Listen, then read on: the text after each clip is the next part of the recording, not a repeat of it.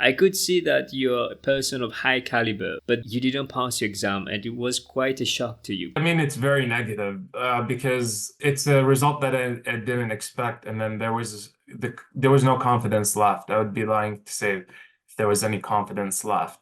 And part of me really regretted doing it that early because now in hindsight, I do agree that there are specific times, and the times for trainees to do them is really dependent on where they are in terms of training and how they feel. So for me, it was I do agree it was a bit too early, and for that it's not worth the confidence hit because it was a lot of reeling back from that, trying to build up that confidence to try again.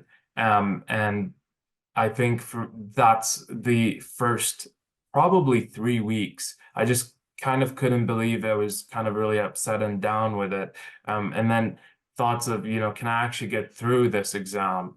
It almost became like this impossibly, tall wall that I just can't get over. That's the thought initially in the first 3 weeks post result. People try and do the same thing, but you were quite aware that there were things that you had to do differently and made that decision to change it. So tell us about what was your decision process, Mustafa? A lot of it is being kind of aware and open-minded about the whole process. People have passed the exam.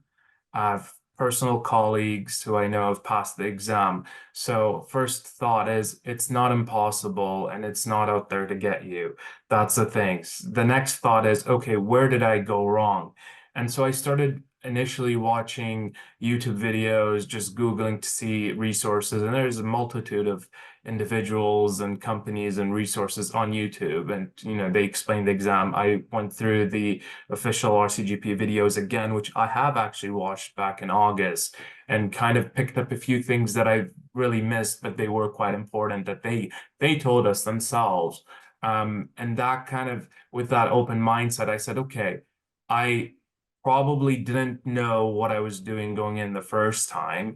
And I'm planning to try to CCT within my time frame for August. I need something a bit more. And that's when I came across, I think, your channel and the coaching. And I said, this will work because it'll show me my blind spots. At least I'll have regular feedback, and that's what I needed. I needed that feedback to say where I was going wrong and what was I doing right, and that's the good balance.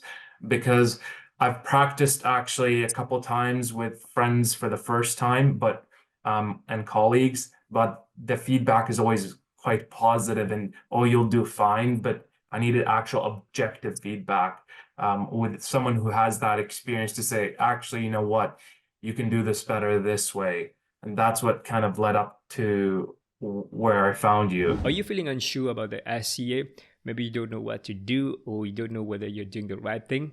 If you'd like to get a free copy of the SCA blueprint, click the link down in the description below to get access to the SCA blueprint that GB trainees have already used and passed the SCA exam. It's completely free. Just click the link down in the description below to get access to it. Tell us about the changes that you made when we started to work together.